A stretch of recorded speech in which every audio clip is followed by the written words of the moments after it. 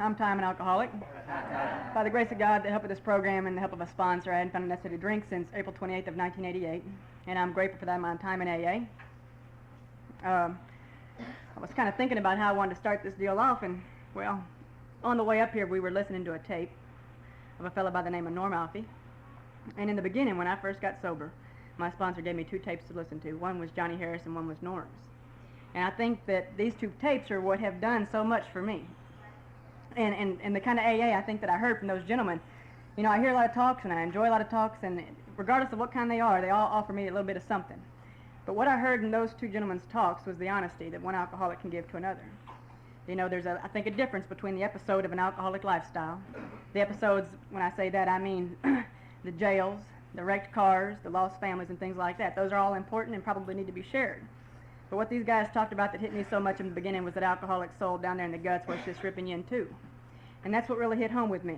Because when I came in at age 20 years old, some of those things that a lot of alcoholics talk about hadn't necessarily occurred in my life. Of course, because of the generation, there may have been some things I did that a lot of others didn't do, but somehow we were going to have to make a connection, and it seemed that right there was where the connection was made. My old sponsor was the same kind of alcoholic I think those 2 were. He was the kind of guy that got down to gut level. He would talk to me about what goes on down there in the alcoholic soul when he's drinking, when he's not drinking. Because, see, my problem wasn't only with alcohol. My problem was with living in general. I had a problem with people. I had a problem with circumstances. I had a problem with everything. And the problem I had was how I felt about that, how I reacted to that, and what kind of trouble it got me into. This didn't start with the first drink. This started long before the first drink. From as far as I can remember, I should have known that I was in trouble. Because one thing that my mom first told me, or one of the first things I can remember, was she says, "You were such a selfish child. I've never seen a child so selfish." And as we say in Alcoholics Anonymous, the root of the alcoholic's problem is selfishness. And I don't know that I defined selfishness then as I do today, because I didn't think that applied to me. I don't know that I knew what it was, but it didn't apply to me somehow, because I thought that I was a nice guy. After all, you know, whatever you wanted me to be, I would try to be that. I thought that was nice and appropriate. Whatever I had to do to please you, that's what I would try to do, because I thought that was nice and appropriate. And so I didn't understand what she meant when she says I was selfish. And nevertheless, that selfishness caused me problems for many years, until finally one day I found something that seemed to take all the problems away. It was a hot summer day. I was about 16 years old, and I'd been out playing tennis with a guy that was a little older than I was. And he said afterwards, he said, "Well, how about we stop by and get yourselves a beer or so?" Well, this was not my first drink. I had experienced alcohol years before. My mom would hide the wine in the icebox, and I would get a little nip of wine. My grandmother would had her gin in the cabinet, and I would get a little nip of gin. And I knew where my uncle hid his bourbon, and I would get a little nip of that. But I don't recall alcohol ever affecting me the way it did that day. I don't remember alcohol doing anything for me at all those first few times that I drank it. But it seems that day it was different than every other day, because that day, when I took that beer, that Budweiser beer, and it got down there in the stomach and it started working, some magic occurred. I remember the first thing that I said I think I had probably only 2 or 3 swallows, and I looked at that fella sitting next to me and I said, "Man, my nose is buzzing. My face is buzzing. My fingertips are buzzing. Everything's buzzing." And it was just, that was something I could describe to him, but what I couldn't describe to him was what was happening down there on the inside, because from the moment that I got that feeling, I knew that he saw me differently. See? He didn't look at me like a little kid. He didn't look at me like a little guy that guys used to pick on or something like that. He looked at me like as an equal. And I never felt that way until I had a drink. And so from that day to this day, or to the day I came into Alcoholics Anonymous, I would see to it that my life revolved around that feeling. Whether it was brought on by alcohol or what have you. Later on I got into other things, but in the beginning, initially, it was alcohol.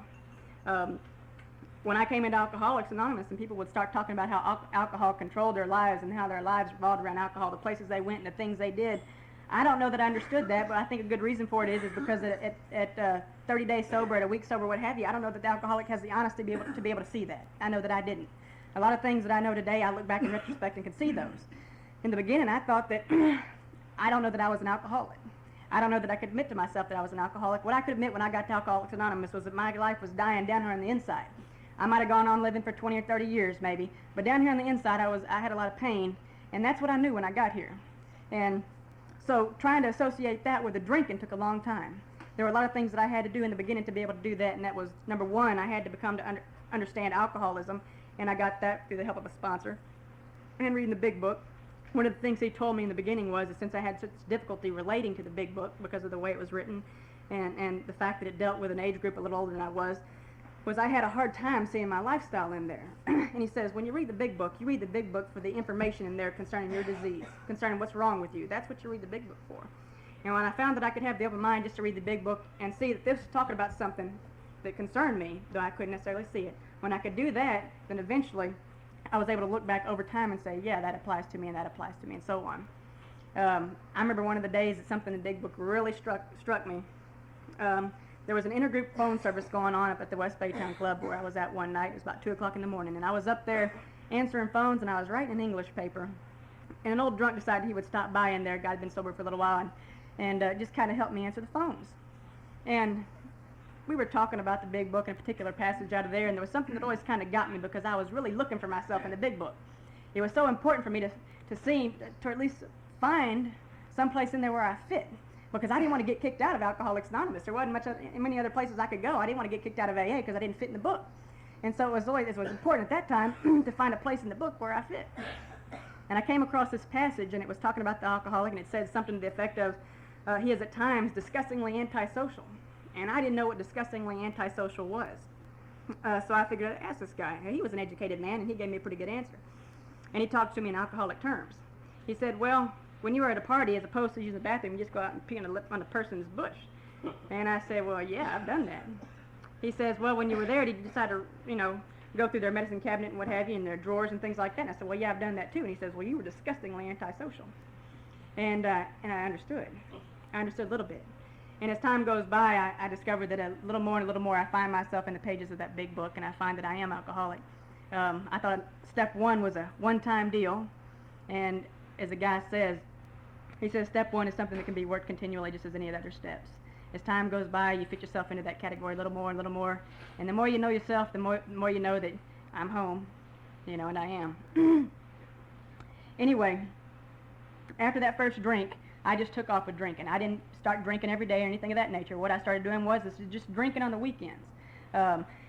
I was going to school, and I wasn't really concerned with grades or anything of that nature, but all the people that drank that I knew just drank on the weekends. If they drank every day, I'm sure that I probably would have drank every day too.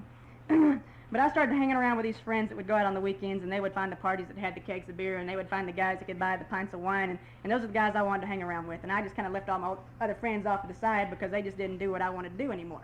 I wasn't concerned with them anymore. And I found that the drinks I really came to enjoy the most were Strawberry Hill and Michelob beer, and they were a great mix for me. And I didn't get, in too much trouble. It's funny how the alcoholic looks at his life and says, well, I didn't cause too much trouble because it wasn't troublesome to me. And that's the way I defined trouble back there. It wasn't too much trouble if it wasn't troublesome to me. As far as how my family felt about it, I don't know that I was concerned with that. Today I can look back and say that, yeah, I probably hurt my family in a lot of ways. I'm sure my parents didn't appreciate me being out there till all hours of the night wearing them. I'm sure they didn't appreciate things turning up missing around the house. I'm sure they didn't appreciate any of that stuff. But as you understand, as I've just said, if it didn't trouble me, it was no trouble. Eventually one day, though, alcohol did begin to trouble me, and this is that point, as old Norm was saying on the way up here, is his little cliche is the wheels of alcohol grind very slow but very fine, and given enough time, they'll take away everything near and dear to you. And those things that I had near and dear to me were, in a way, dreams and hopes of a better life, and I don't know that at any point I'd really ever considered those things possible, but I think everybody has their dreams. And there are things definitely that I wanted to do with my life. I wanted to get educated, I wanted to go in the Navy, I wanted to fly planes, I wanted to do this, I wanted to do all kinds of things, but eventually those things were taken away. A lot of the problems began with me as far as drink concerned when I got out of high school. A lot of my friends, when they got out, they were concerned with going to school, getting a job, enlisting in the military, things of that nature. And what I was concerned with was drinking. I didn't worry about the education. For a guy that had all these dreams, he sure wasn't trying too hard to fulfill any of them. And maybe today I understand that to be that I didn't try for any of those because I didn't think I was capable of doing them. But one thing I knew I was capable of doing, or one place I knew I was capable of finding the answer, was in that bottle. And so I continued to drink. I did try eventually to go to school. I think I lasted probably about 3 weeks. It seems that the drinking interfered with that. I did try to go into the Navy, and the problem I found was that when I initially went in, I told them that I had in the past had problems with narcotics. And they said something to the effect, well, we will enlist you provided you agree to go in on probationary purposes. And probationary purposes means that I will enlist, but from that time to when I go into the military, and when I'm in the military, I'm not allowed to use any narcotics whatsoever. And so I said, well, no problem, I'll drink. Drinking's not a problem, I'll just drink. One thing I know today is that when I take a drink, my thinking changes. And the night before I was supposed to go out to ship out to Illinois, I took a drink and my thinking changed. And the way I viewed that little narcotic deal was they don't have any right to tell me what I can't do. And so that night I said, well, I'll go ahead and take one of these little deals, and I did. And the next day when I went up there, they said, don't bother getting on the bus. And that was in a way a letdown, because as I said earlier, one of the things that I always wanted to do was I wanted to fly jets. I'd been on planes before. I'd flown with my uncle and my grandfather when I was real young, and I'd seen Top Gun too. I would think that influenced me a little bit. I wanted to be a jet pilot. And when I look at that today, I might say that what it really was the image that goes with that, because I was a person that was always concerned with image. I was really concerned with how you people saw me. And I knew that somehow I was going to put myself in a place to be some kind of person so that you would look at me differently than I looked at myself. I didn't realize that had to do with my behavior. I thought that had to do with the material things I had in my life. I thought that had to do with my environment, with my surroundings. I figured if I gathered up enough around me that you people would see me differently. Another thing I got into was I got into being a bodybuilder, and you can't tell today because it was all gone after drinking a little bit. I decided I'll just get all blowed up and muscled up, and then I can really impress them gals. One of the problems I always had when I was drinking, not drinking, before I was drinking, whatever, was with the gals, because they intimidated the hell out of me. I just was scared of those gals, because I just knew that when I went up and asked them out, they were going to say no. And I didn't have to go ask them. I knew they were going to say no, because the first one I ever asked said no, and I take that to be the norm for all other girls. And so I didn't ask any more girls out after that. What I would do is when I drank, I found that I had the courage to do that. But I was intimidated. I was intimidated of the guys, too.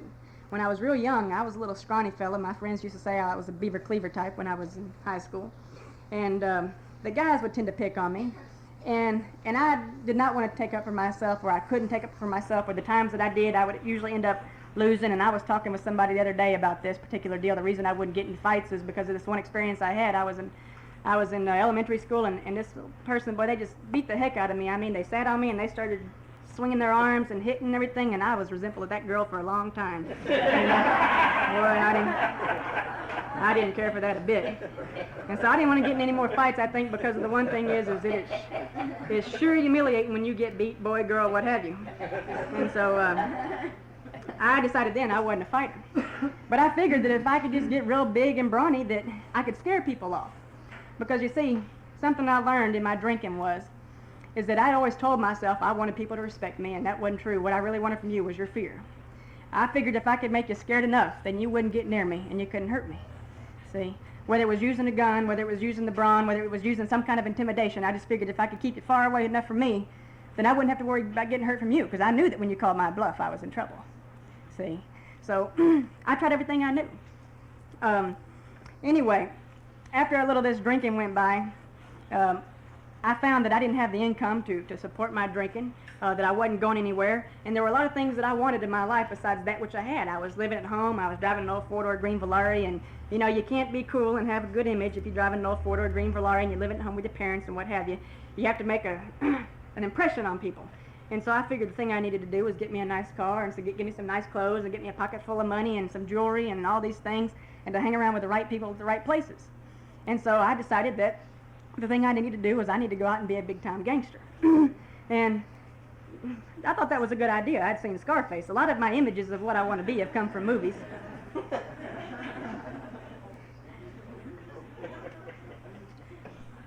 And if you saw Scarface, I mean, he just came in off the island, and then pretty soon he was a millionaire and living in the mansion. He had the right girl, the right car, and everything else. And I just assumed if I took the same path, I would have those things too, and I would have the respect, or in other words, the fear that he had. And so I met some of the right people, and I moved into the right part of town, and I started wearing some of the right clothes, and I started getting a little money in my pocket, and that was great. I'll tell you right now that all my drinking days, when I look back at them, were not necessarily bad. I had a lot of fun during some of my drinking. Today, when I look back on it, I can't say that it was as fun, because I realized that when I did that, I was hurting people, and today I have a real hard time when I know that I've wronged somebody. See, because when I go home at night, and as my sponsor says, turn out the lights and pull down the shades, I can't go to sleep because I can't live with me. And so today I don't know that I would consider those things fun. But back then, I really thought I was enjoying myself, and I was being what I always wanted to be, I think, in a way, and that was independent.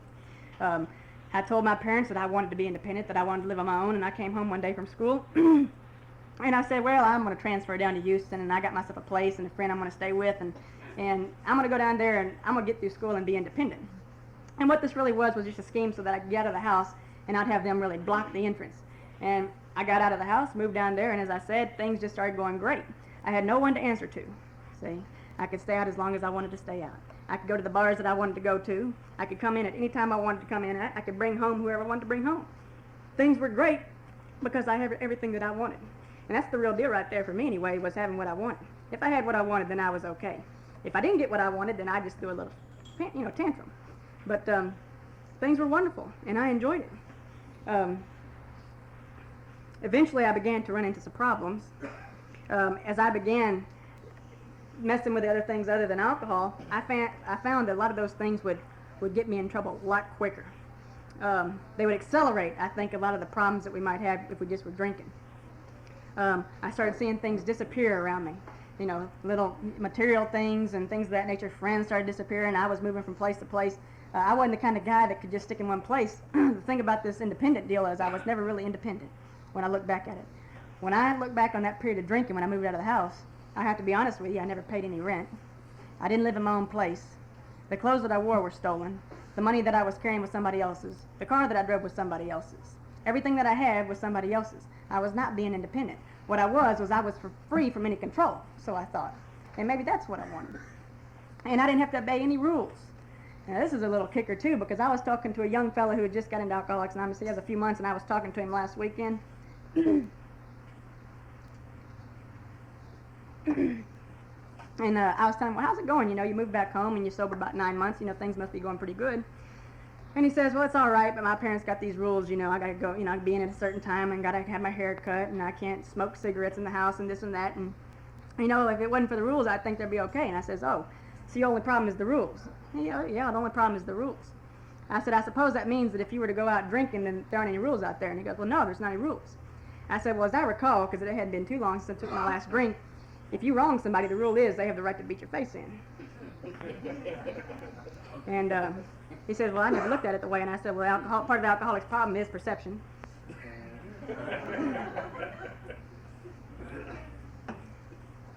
And so, yes, there were indeed some rules I had to live by, drinking, not drinking, sober, or not sober. It just depends on the price I was willing to pay, and I was willing to pay a high price back then. It didn't matter. And in the end, the price that I was willing to pay wasn't just so that I could have the right clothes. It wasn't so that I could have a pocket full of money. It wasn't so that I could have the right girl or live in the right part of town. The reason I was willing to pay the price back then is because I'd gotten to a point that I'd behaved so poorly for so long that I'd think I'd lost every bit of self-respect I might have ever had. See? Every bit. Sometimes I'll hear, and this may be true in a lot of instances, and I think in my own case it's been true in ways. But I have found that when I came out of Alcoholics Anonymous, with no self-esteem, no self-worth, I didn't care a rat's rear end about who I was or what I was. See, I found that it wasn't by other people loving me, really, that I could get that. They can love me to death, see. They can love me to death. There were those who loved me enough to tell me the truth. And the truth that old little sponsor laid out to me was, as he says, you need to get out and do something for somebody else. And I found that whenever I look back in my history, those periods of time in my sobriety, when I was out doing something for somebody else, were those periods of time when I can look back and say, man, Ty, you're not a half bad guy. See? It's those times when I'm out doing something for somebody else that I can look back and have a little self-respect for what I've done, because what I've done was noble and good, I think. See? And I didn't have any concept of what that was when I was drinking. And so needless to say, I live without, any self-respect, any self-worth, and I search for those things in the bottle. I search for those things in the pill. I search for those things in the funny cigarettes and what have you. I figured if I drank enough and smoked enough and ate enough of them pills that I would just feel okay about who I was just for a little bit. And I did. One of the things that you run into when you're out there and you're drinking is people, see, of course, but you run into a certain kind of people. You run into drinking people. You run into, if you're like me, you run into some criminal elements like I was. And so I got hooked up with some of these other gangsters, and, well, they were kind of gangsters. We were the teenage gangsters. And I was out there messing around with some of these guys, and so happens that I got in a little trouble with one of them, did one of them wrong. and they decided they would put a contract out on me. And at first I thought that was, oh yeah, a contract. Everybody needs one if they're going to be a gangster. And I found out that it was like $20, and I wasn't very proud of that. You know, if somebody was going to have a contract, if it was $1,000 or something like that, I figured that'd be more impressive. But it was just a little bit of money because I guess I wasn't that important. But they put this deal out on me, and I found myself one evening down in Austin running for my life. And I'd been drinking and what have you and doing all kinds of things that night, and things had turned out, I had found out through a series of events, I may have been imagining them, but the guys that I were hooked up with were the guys that were actually supposed to carry this deal out. And so I was driving down the road with this one guy, and the hints were kind of laid out to me, and I stopped the car, and I got out of the car, and I started running. I just left the car there, it wasn't mine, so I wasn't really concerned about it. And I just started running, and I was just going. I don't know what happened to the old car, but I just started running. And I figured that I needed to do something so I could run a little quicker, so I started shedding clothes because they were weighing me down. I started throwing off the jacket, I threw off the shoes, I threw off the shirt. I had my britches on, was about all I had left when I finally got in. And threw out my money because it was making too much noise in my pocket. And I just started running. I was running. I think every alcoholic gets to a point in their sobriety when they can't live anymore the way they're living. And a lot of people will end that circumstance by either blowing their brains out or drinking themselves to death. In my case, I think I got that point, reached that point, and the indicator there is that I stopped because I was ready for him to catch me. I wasn't willing to run anymore. I was tired of running. I was tired of living the life that I'd been living. As far as I was concerned, I had enough. See, one thing about me, though, was I was raised in a Baptist family, and whenever you get that close to dying, you start thinking about God. And boy, that was scary. I started thinking about where am I going to go, and a quick look at my past told me that real fast. And I said, God, if you're up there, help me out, man, because I'm in trouble now. And this was a little different than all the other times before, because at this time, being so close to dying, I just thought, man, this is it. And for just a second, I looked over my life and seen what had transpired, and it wasn't all bad, really. I can't look back at my drinking and say everything is attributed to my childhood, because I had some good folks. My mom was a good lady, and my grandparents were good folks, and they raised me and treated me real well. I can't say that was all the problem. I can't say that we didn't have any good times and that we didn't have love between the family. But I look back over those times, and I says, those were good times, and I said, I'm going to miss them. And then I started thinking about what might have been. And I started thinking about the guy that I might have been, the places I might have been, and things I might have been able to do. And I said, I really am going to miss not having an opportunity to do those things. But considering the way I was going, there wasn't a chance that that's where I would have ended up anyway. And at that point, I said, I just got to give it a chance. And from somewhere, I got the strength to just keep going after I said that little prayer. And I started taking off running, and I made it over to a friend's house. And he got me a bus ticket, and I got back to Houston. I was sitting in the bar next night, drinking a few drinks, thinking about, I'm going to go down there and teach them a lesson. That alcoholic.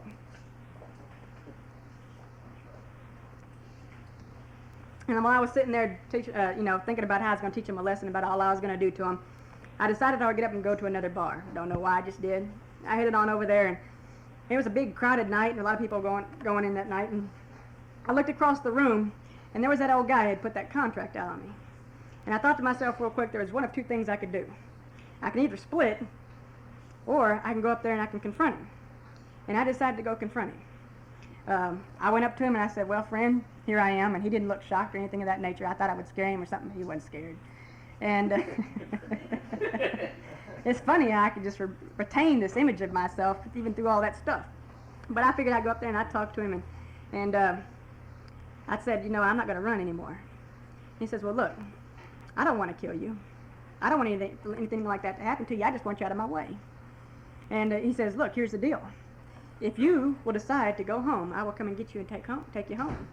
And I thought about that for a second. And I said, well, no, that won't work because, I still got all this money to make out here. I got all these loose ends I got to tie up. I mean, I'm supposed to be being a gangster.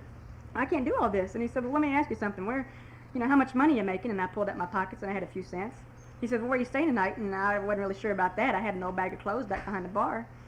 And he just kept asking me these questions until it finally dawned on me that I really wasn't much, and that I really wasn't going anywhere. And that if I were to stand out there and drink a little bit longer, I'd probably be dead or just end up wandering the streets. I don't know that I ever made it to the streets, but I got pretty close. My sponsor clarified that for me, and a lot of things he clarified for me, because as I would come in, I would talk about living on the streets, and he said, no, you live from house to house. And I talked about being a big drug dealer, and he says, well, let me ask you something. Why is it that all the drug dealers come to AA? We're all the drug users. I said, oh. And he clarified that for me, too.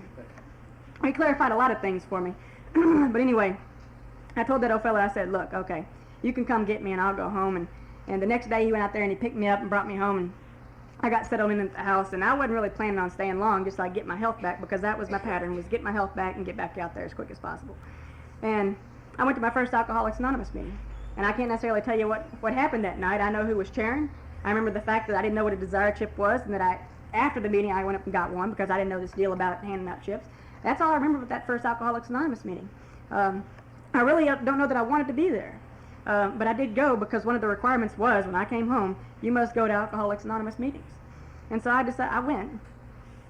What's funny today is, and if you look at the little miracles, as you stay sober, you look back and see some of the miracles, is that the guy that got me into Alcoholics Anonymous, the guy that basically, you might say, 12-stepped me a little bit in a small way, was the guy that just a few days before wanted to kill me. And when I look back at that, I kind of think of that as a God deal more than anything else. And in a way, I'm grateful for that. I'm grateful for him being there. But I did talk with him a few months after I'd been in Alcoholics Anonymous, and he was still hanging around. And he says, you know, the reason that I let you live and the reason that I went ahead and let you go home was because I knew you'd be more miserable at home than you would drinking. And what he based that on is the person that I used to be. The person that didn't like living at home because he couldn't have the car when he wanted it. The person that didn't like living at home because he couldn't have the money doing things he wanted to do when he wanted to do them. You know, the person living at home that couldn't have his way. And he figured the kind of attitude this guy has, he ain't gonna like it there worth a dadgum, and he would. And it's true, I wouldn't. I wouldn't like it at home if I was the same person.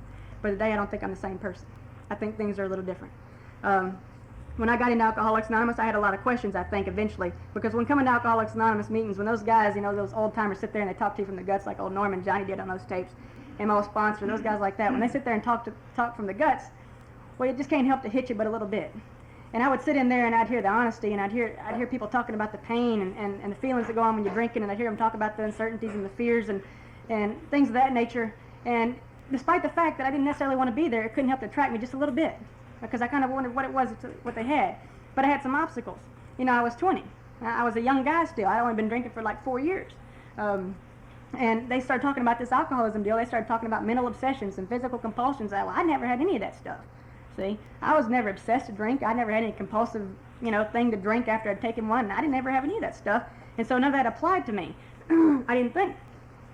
Looking back on it, I would say that chances are I never stopped drinking long enough for me to get obsessed to drink again. And so I just...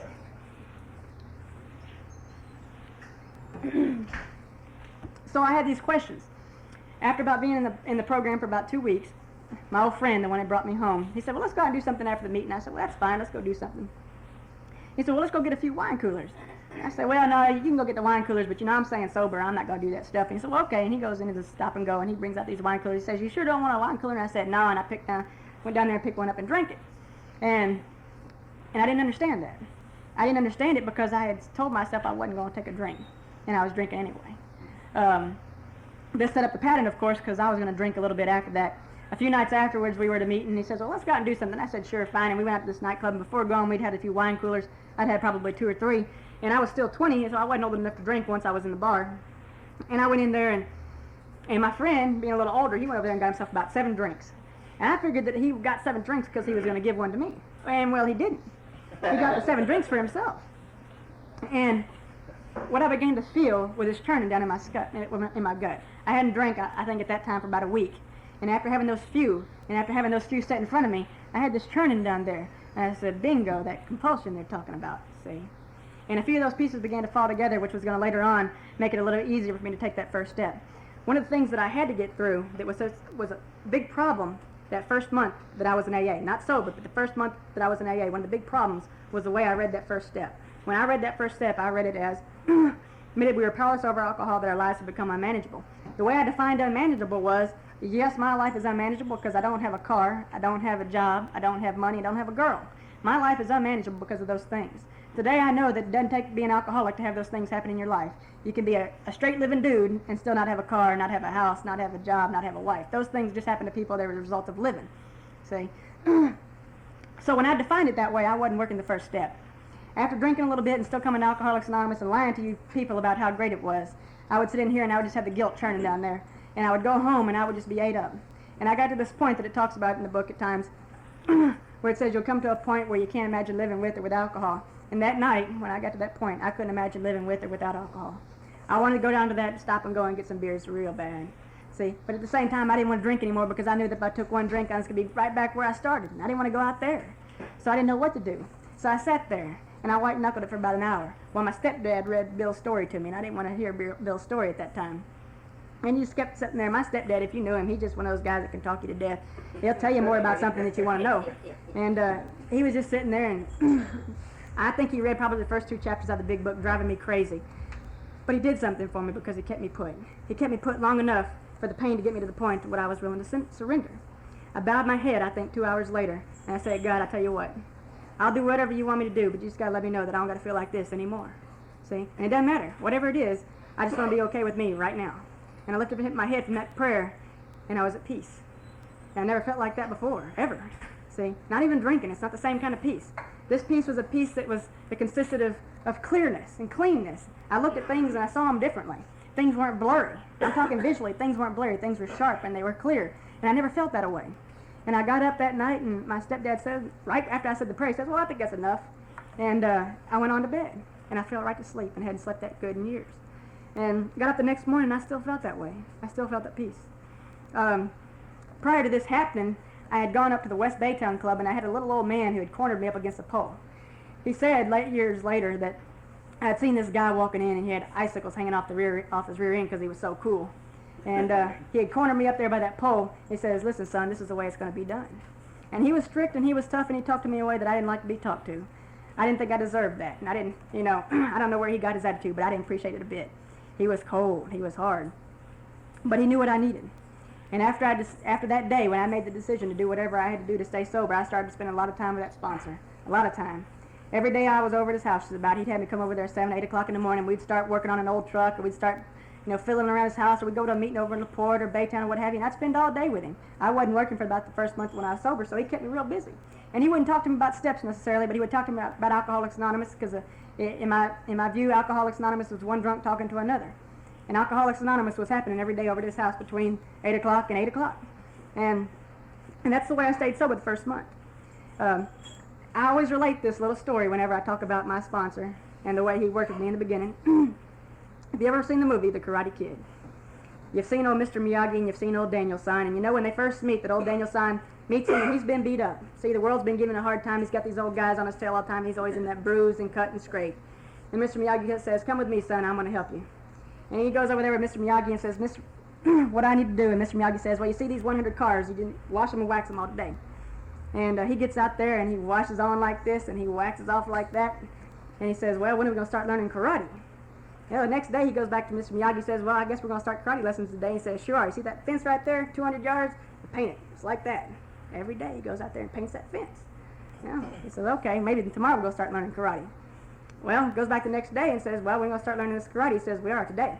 You see that floor over there? You just go over there and sand it on like that, sand it off like that. Okay, and he goes and he sands that floor. Well, after a while, old Daniel-san gets pretty fed up with this. He says, well, this old man, he gets kind of smart. He must be an alcoholic.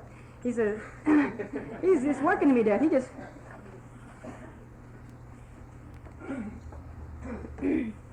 This old man's just using me.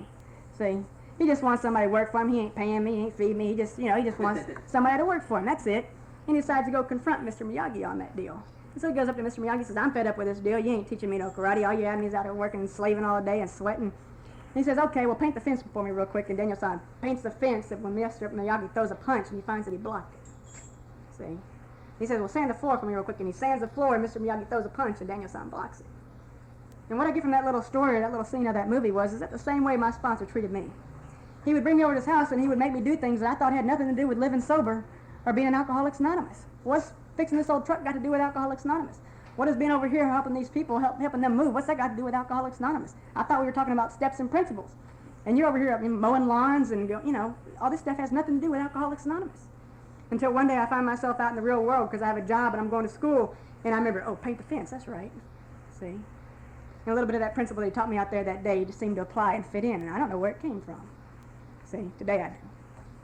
And so I always thought that was a neat little story, and it's a neat little way of looking at it for me. After a few months of being Alcoholics Anonymous, I finally got myself my first job. I think it was probably about 60 days or so. And it was a hard, sweaty, dirty job. And I wanted to be, not in a hard, sweaty job, but I wanted to be in a job where I could wear a shirt and tie and suit and things like that, because, of course, I thought I was worthy of that place. I didn't want to start out on the bottom and work up at the top. When I look back, everything I ever wanted, I wanted handed to me on a silver platter. And I wasn't willing to work for nothing. See, because the world had mistreated me all my life in my own eyes. Yeah. But right there, at that point, when that guy called me that day and says, listen, I got a job for you, I don't know that I really wanted to take it, but I remembered a little promise I made, and that promise was, is anything you want me to do, I'm going to do it. And so that day I showed up at the job. I got there on time, I left on time, and I gave him a good day's work. And I did it for 6 months. That first 6 months, I went and I bought myself my little car. Never had one before. It was a big adventure, me going out and doing that, because I was looking at having to pay that thing for about 4 years, and I paid it off last year. And a lot of the little miracles in my life have been things just like that. I can't say that there are a lot of the big things. I hear some of these guys in here that have been around a long time, and they have all kinds of things happen in their life. And I see them go through all kinds of heartaches. You know, the loss of loved ones, terminal illnesses, the loss of jobs, and financial problems and things of that nature. The deal about that is when I watch them, many of them hold their heads up high when they go through it. And they do it with a little dignity. And I just hope that whenever that happens to me, that I can do it with just half of the dignity that they have when I see them do it. And so, but I have to start out down there on the bottom. See, I can't act like I got 20 years sober because I was only a few months sober. So I think I was doing all right at that point. My sponsor gave me a little 7-step list to do in the beginning. He says, look, here's what you're going to do. You're just going to read your big book daily. You're going to read your meditation book daily. You're going to call me daily. You're going to talk to another alcoholic daily. You're going to go to a meeting daily. You're going to say prayer morning and night daily. Do those 7 things and don't worry about anything else right now. If it's not on that list, you can't do it. Well, I'm 3 months sober. I've been doing what was on that list, partially. And I decided I want to go on a date or something. I'll call him up. Can I go on a date? No. You know, I'd like to go to a movie. No. Can I go to the beach? No. Nothing. I couldn't do anything. He said, if it's not on the list, you can't do it. And you just go to work the list, and that's it. And so that's what I did. And it was hard for me to grasp why I was having to do those things, but I just did them. I think at some point, and this is a big thing, I think, for any alcoholic, coming to trust somebody is awful hard. And for me to put this trust in this fella was tough. But you ever get the impression like old-timers can read minds? See? I just get the impression, I think, at the beginning, old-timers could read minds, and I don't know what it was. I've learned a few tricks. One of the deals was I used to frequently go out to these old bars after I'd been sober because, of course, I just wanted to dance. I love it when alcoholics tell me they want to go to a bar because they just want to dance. No alcoholic's ever gone to a bar just because he wants to dance. In my case, I didn't. But so I go out to these places because I wanted to dance, I thought, and they stamp your hand. All right. Well, one day I'd gone out and I didn't go wash my hand the night after, and I'd walked in there to my sponsor and he says, "Oh, you went clubbing last night." I thought he was reading my mind for months before he told me he'd seen that little stamp. You see, now I pull that on these new alcoholics and they think I can read their mind. Another thing about old-timers is, and I love old-timers, and I like to get around them whenever I can because I really enjoy listening to them. But it's whenever they would talk to me, they always get right up in your face. You just see their noses about that far away from yours when they talk to you. They get bad eyesight or whatever, but they're just up there, and that was always something else too. But anyway, I would hang around with these old guys, and I would just kind of see what it was they had that helped them cut it out there all those years. And I would take a little bit of what I could find, and I would try to apply it in my own life. My sponsor taught me discipline early on. Doing that little 7-step list was the beginning. And I found that when I did that the discipline I learned in doing those 7 things carried over into anything else I decided to do. If I decided to do something, I found that I could apply that discipline to this new affair and do it as well. When I was about a year sober, one of the things that I wanted to do is go to school. When I was in high school, I was a C and D student. I never did real well because when I looked at the guys over there in school that made A's, I knew that the reason they made A's was because they were born with what it took to make A's. You know, the brains, the guys that I used to call nerds. It's funny that I used to call them nerds because today they're in the place that I would like to have been in. But I would say that they were nerds and things like that, you know. And what it really was is I was just trying to tear them down because I felt bad about the fact that I couldn't do what they were doing. But I just thought they were born with it, see? And whatever it was it took to make A's, I did not have. Anyway, I decided I'd try this school deal, and I didn't go in there expecting a whole lot. I just said, well, Alcoholics Anonymous has taught me to go into any situation and to do my best. My sponsor taught me this, too, when I first started my other job, working at Nord Batumi. Working at Nord Batumi was a sledgehammer swinging job, and it was a stacking job, and it was a back job, and it was something that just ate my lunch for a long time, and I'd go every day. I'd go in there dragging. This was one of those opportunities that maybe a lot of people don't get, but I got to work with my sponsor 40 hours a week on the job, and then maybe 20 outside of the job. So I spent a lot of time with him for about 4 months. And I'd go in every day just to drag him. And if it wasn't for the fact that I didn't have this car to pay off, I probably wouldn't go. But I think I even got to the point where I was almost willing not to do that, except for I walked in one day and my sponsor, I think, saw it in my eyes, and he says, just don't let the job beat you. Don't let the job beat you. And so I'd go in there, the job ain't going to beat me. I'd be sweating and slaving away, but the job wasn't going to beat me. And one day I got to move on a little bit and take something a little better, something that suited me to go to school on, didn't wear me out. And anyway, I took the same discipline, and I took the same advice, and I took it in there to school, and I'd take some simple courses, see how well I do. And I made an A. And I get into next year, and I take another course, and it's still, I had to start off on a remedial level because drinking killed all the brain cells that had all the other information. So I had to put it into new cells. And so I went in there, and I had to learn all this stuff over again. Well, eventually, after about a year of going to school, I finally got to where I could take some college-level courses, and I had to take English. English was the course that I always made D's and F's in. Matter of fact, I didn't pass my senior year of English, but my teacher said she didn't want me back, so she passed me anyway. And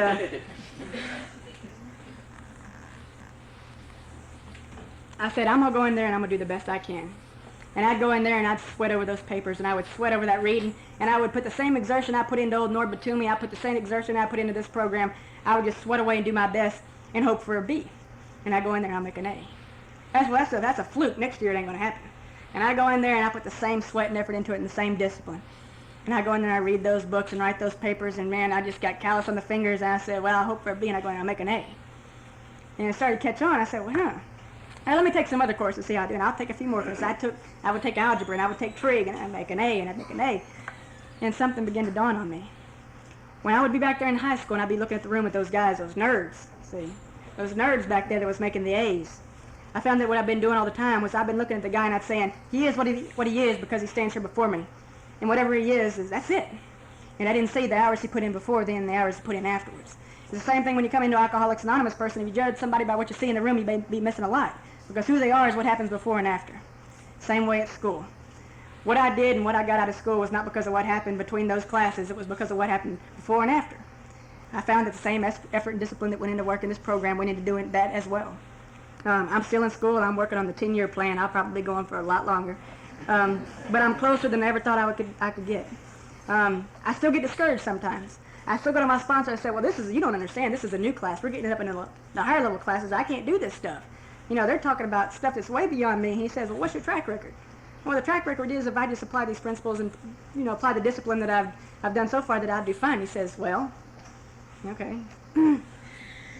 Every year I ask him the same question. I say, I just don't feel like I'm going to do very well. It seems that even after being sober a little while, I still have the insecurities. I still have the fears of not being able to do it. And that may take years to get over, but you may never get over it. But things are a whole lot better than they used to be. Some of the other experiences I've had in Alcoholics Anonymous since being sober is I've been able to dabble a little in relationships. Maybe one. I think in the beginning it wasn't relationships. It was just, sick associations for just a brief period of time. I did try just one time to have a relationship, and it lasted for about 3 months. And it was different on my part in the sense that when I was out there drinking and before drinking, when I would look at a girl, I would pick the prettiest girl I could, find, and I would say, well, that's the girl I want to go out with. And I'd go out with her, and we'd be dating for a little while, and all of a sudden, I found that person did not fill up that hole in my gut. And so obviously the answer was I needed a new girl, because that was the wrong one. The right girl is going to fill up the hole in the gut. And so this time when I got in Alcoholics Anonymous, and I went over there and I dated this girl, and I started getting that hole in the gut a little bit, thinking I needed a new girl, I said, no, I can't do that. See, I got to stick with her just to see if I could stick with her and begin to know her. See, and I did. I stayed with her for like 4 months, and I tried to behave like a gentleman as well. I didn't try to move fast or nothing. My sponsor says I did, but for me, I thought I was moving pretty slow. And I tried to behave like a gentleman the whole time. But it did get to a point to where I found out some things were going on. Being inexperienced in a relationship, I found some things that were going on that didn't necessarily need to be going on. And that was she would tend to try to make me what she wanted me to be, and I would tend to allow her. The reason I put my part in there is because in a way I'm responsible too. Relationships, I think, are a two-way street. And so, I'd do something and she didn't like that, and she says, well, you need to do it differently. My religion or whatever, she didn't like it and she wanted it to be different. And I would try to pacify her, and it began to drive me crazy. And when I wouldn't change, she would dump me, and then she would take me back and what have you. And so I finally went to my sponsor one day. I said, this deal is eating me up. I can't play yo-yo like this. He said, well, you got to let her go. I said, well, but you don't understand. I need a girl in my life. I need somebody there because I just need somebody. And he says, well, look, that's the option right there. You can stick with her. You got to let her go. And he finally put it in terms that I think I could understand, because he put it in terms of something that I've come to desire out of Alcoholics Anonymous, and that is the ability to go home and sleep with me. The ability to just have a little peace down here and a little worth. See, just to be able to look at myself in the mirror and say, you know, you're not a bad guy today. And what I found is when I would do that with that gal right there, that every time that she would ask me to do something or require me to do something that goes against the grain and I would do it, then I was giving up a little bit of something that I worked all those years for, see.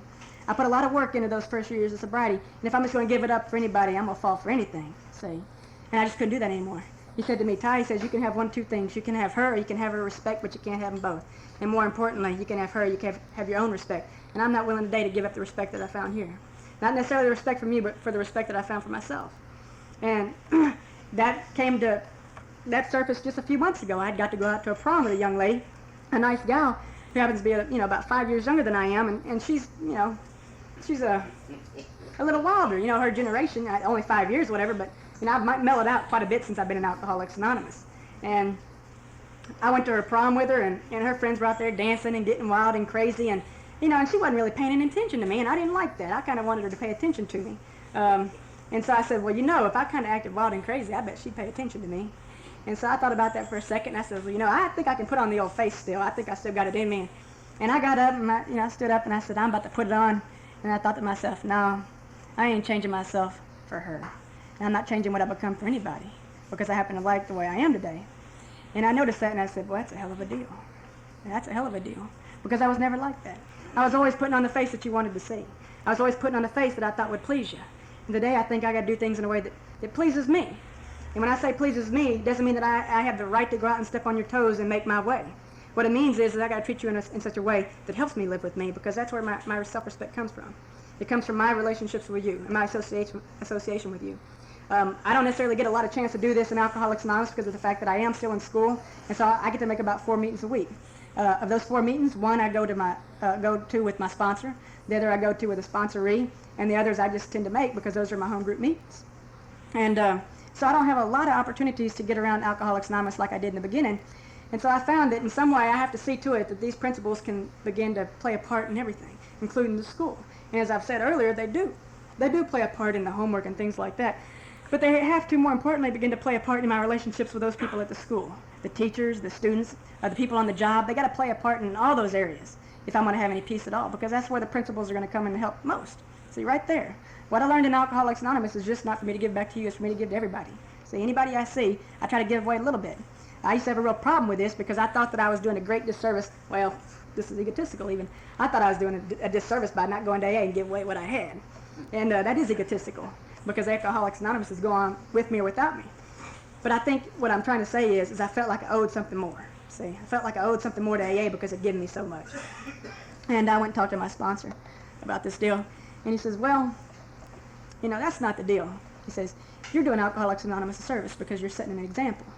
And when I looked at it in that perspective, then I realized that I had to set the best example possible. And so when I go to school, I try to set the best example possible. Some things that I've had to overcome in Alcoholics Anonymous to make these things possible. I was told early on that it's not necessarily the accomplishments that take place here, but the things that you overcome. That's the important deal right there.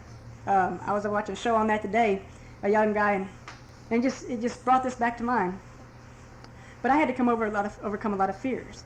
I had to overcome a lot of insecurities and things of that nature, just to be willing to get out there and take a chance. See, because I wasn't ever willing to do any of those things. And one of the things that I had to overcome was this old relationship I had with my father. My father, we left my father, my mom and I, when I was about 3 years old because he was very abusive and very violent, and used to hit up on me a lot, beat up on me a lot.